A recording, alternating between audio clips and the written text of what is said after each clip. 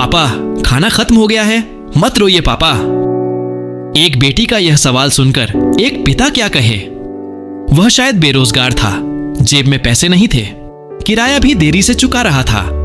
लेकिन सबसे ज्यादा चोट इस बात से लगी कि उसकी बेटी सारा, जिसे वह दुनिया से भी ज्यादा चाहता था, खाना मांग रही थी और उसके पास रसोई में कुछ भी नहीं था।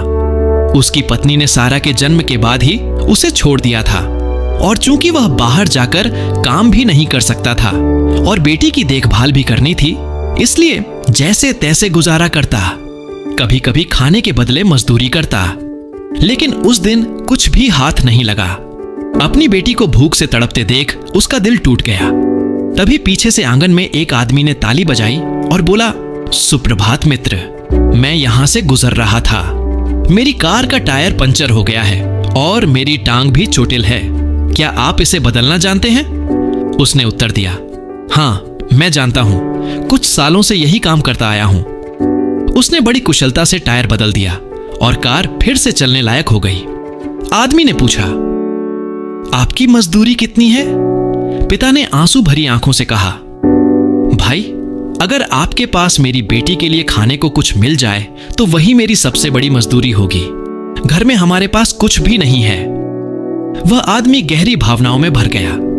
असल में वह आदमी एक बड़ी कार कंपनी का मालिक था। उसने उस पिता में एक नेक इंसान देखा जिसे बस एक मौके की जरूरत थी।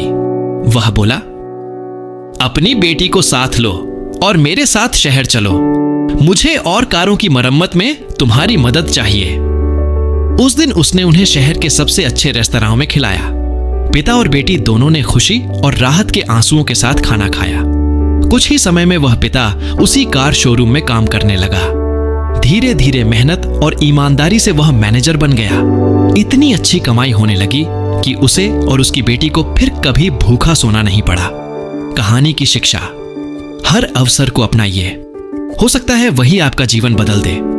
अगर यह कहानी आपके दिल को छू गई हो तो कमेंट में लिखिए आमीन। मुझे सब्सक्राइब कीजिए और इसे किसी ऐसे इंसान से जरूर साझा कीजिए जिसे इसकी जरूरत हो।